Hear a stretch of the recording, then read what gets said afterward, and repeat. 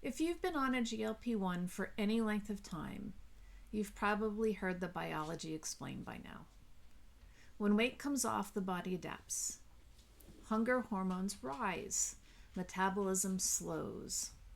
The body fights to get the weight back, not because you failed, but because your biology is doing exactly what it was designed to do. That explanation is important, and most women never heard it until recently. But there's a second story, the psychological one, and that's what I want to talk about today.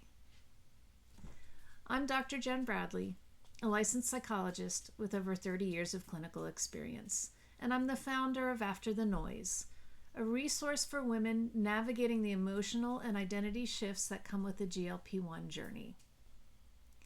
This week on Substack, I published an essay that builds on a piece by Dr. Michelle Gordon about survivorship bias and weight regain. She told the biology story clearly and without flinching. This video goes deeper on the psychological side, what that biology and the culture around it actually did to the women living inside it. Here's what I want you to think about. Every time the weight came back, after every diet, every program, every fresh start, she received an explanation. It was the same explanation from every direction. You didn't want it bad enough. You lack discipline. You just need to try harder. And she believed it. Of course she believed it. It was everywhere. It was in the diet culture she was swimming in. It was in the advice her doctor gave her. It was in the before and after stories that got told over and over. The women who kept the weight off, who wrote the books, who became the success stories, while the women who regained went quiet and concluded that they were the problem.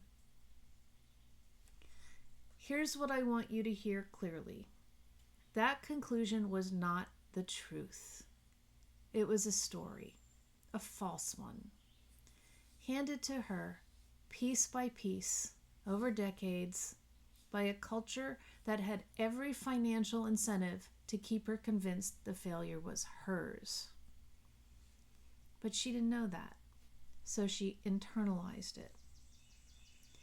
Psychologists use that word, internalization, to describe what happens when a belief gets repeated enough times from enough sources that it stops being something you received from the outside and becomes something you carry on the inside.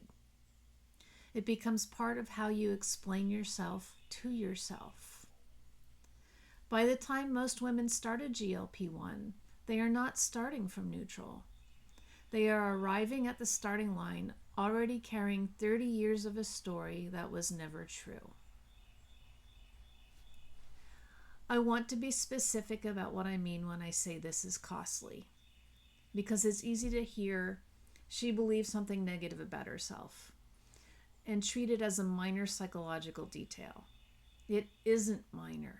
It shapes everything. A woman who has internalized the belief that her body is her failure approaches her body with suspicion.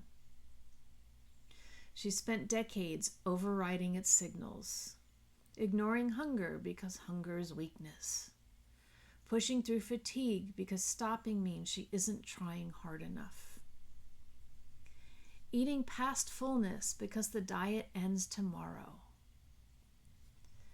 The relationship between her and her own body stopped being one of trust a long time ago. She approaches self-care the same way. Self-care is for women who deserve it, women who have already earned it.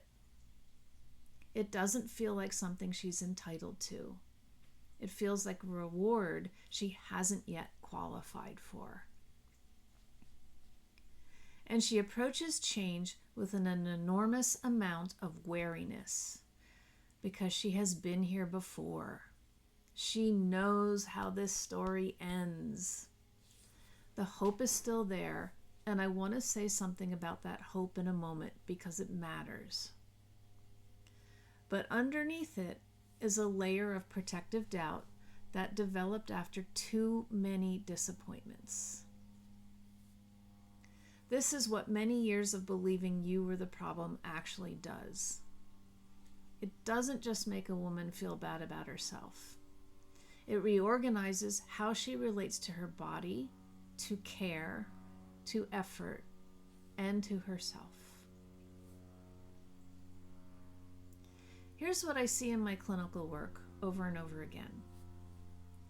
A woman starts a GLP-1. The food noise quiets, the weight begins to come off. And everyone around her, including sometimes the prescriber who handed her the medication, treats this as a resolution. Problem solved. But the story she has been telling herself for all these years didn't dissolve when the prescription was filled. The medication changed her physiology. It did not change her psychology. And that psychology, the internalized belief that she is the problem, that she doesn't deserve to be well, that self-care is something she has to earn, is still running in the background, quietly, in ways that don't show up on the scale.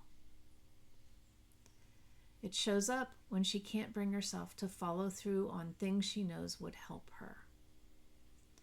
It shows up when she minimizes her progress and waits for the other shoe to drop.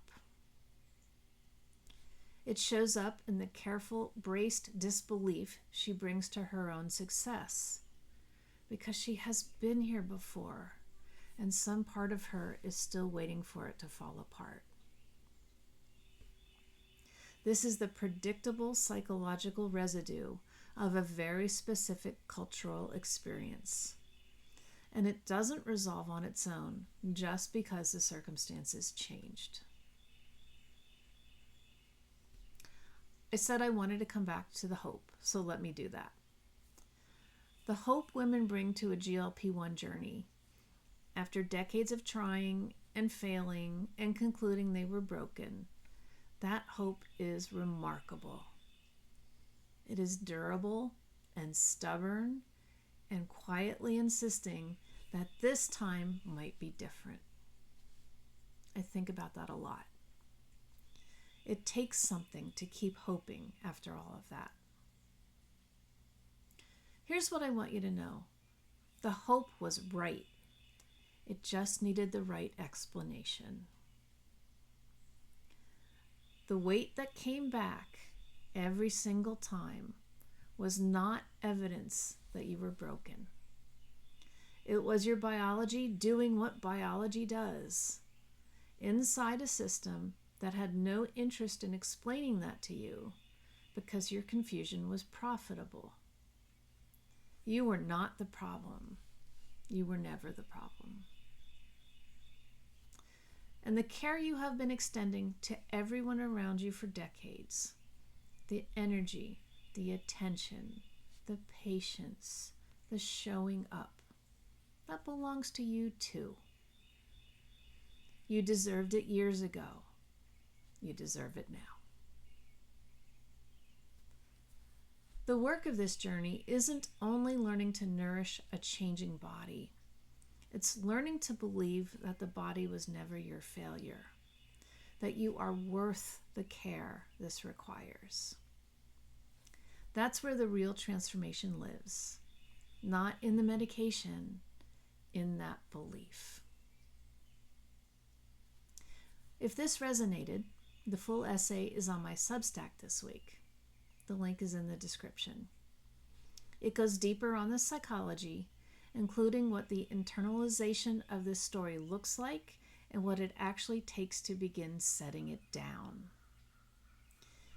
And if you're looking for something more actionable, a roadmap for the psychological work your GLP-1 journey is asking of you, my newsletter is where I give you that, one step at a time. The subscribe link is also in the description. I'm Dr. Jen Bradley.